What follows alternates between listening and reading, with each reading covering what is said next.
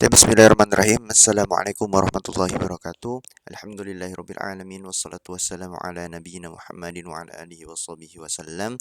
Hari ini kita akan mulai pembelajaran kitab Durusul Lughah Al-Arabiyyah dari Ad-Dars Al-Awwal, dari pelajaran yang paling pertama. Nah, di pelajaran pertama ini kita akan mempelajari tentang isim isyarah, ya, ismul isyarah. Apa itu? Yaitu kata tunjuk gitu ya. Nah, kata tunjuk ini penting untuk kita pelajari ya, sebagaimana baik biasanya ketika awal-awal belajar bahasa senang menunjuk benda-benda kemudian diajarkan oleh orang tuanya gitu ya. Nah, bagaimana cara kita mengungkapkan ya atau menunjuk sesuatu dengan bahasa Arab ya? Kita bisa menggunakan kata hadza. Hadza ya. Hadza ya, dengan haknya kita panjangkan dua harokat ya. Dia yuntok wala yuktab, dia diucap hanya panjang walau tidak tertulis panjang. Hadza artinya ini gitu ya. Kita bisa menunjuk untuk yang dekat ya. Contohnya, contohnya misalnya ketika kita melihat rumah gitu ya, rumah dalam bahasa Arab baitun, maka kita bisa ucapkan hada baitun, ya ini rumah, ya kalau rumahnya itu dekat. Kemudian kalau ada murid gitu ya, kita bisa ya ucapkan ya, murid itu kan bahasa Arabnya tolib ya, maka kita bisa ucapkan hada tolibun gitu ya. Nah, kita masuk ke buku.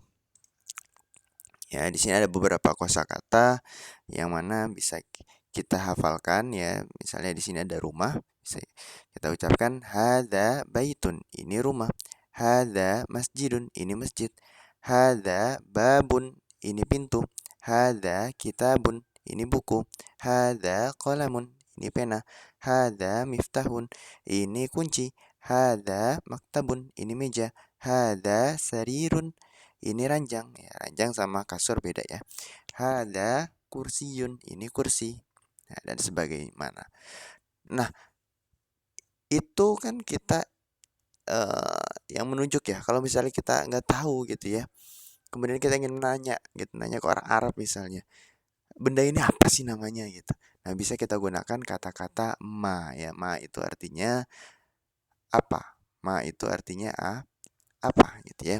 Misalnya kita ngelihat ada bangunan gitu ya yang mana biasa di tempat tinggali gitu ya. Kita coba tanya, "Mahada?" Nah, ternyata kata orang Arab hada baitun. Ini rumah. Oh, jadi bahasa Arabnya ini itu rumah gitu ya. Seperti itu. Nah, kemudian kalau kita ingin ya, mungkin kita tahu ini kayaknya artinya rumah deh ya gitu ya. Tapi kita masih ragu-ragu ini baitun apa apa ya. Nah, kita bisa menggunakan ya gitu ya, atau hal gitu ya. Misalnya ketika kita katakan ahada baitun ya, ini untuk mentakkid atau eh, men menegaskan gitu ya pertanyaan keyakinan kita apakah betul atau salah gitu ya.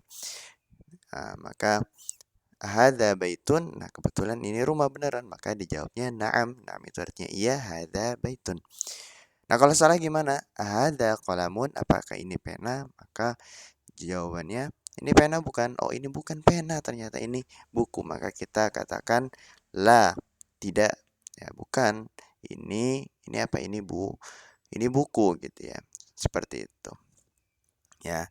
Jadi kata-kata ma itu bisa kita gunakan untuk menanyakan ya, menanyakan benda, kira-kira benda apa itu gitu ya. Seperti itu.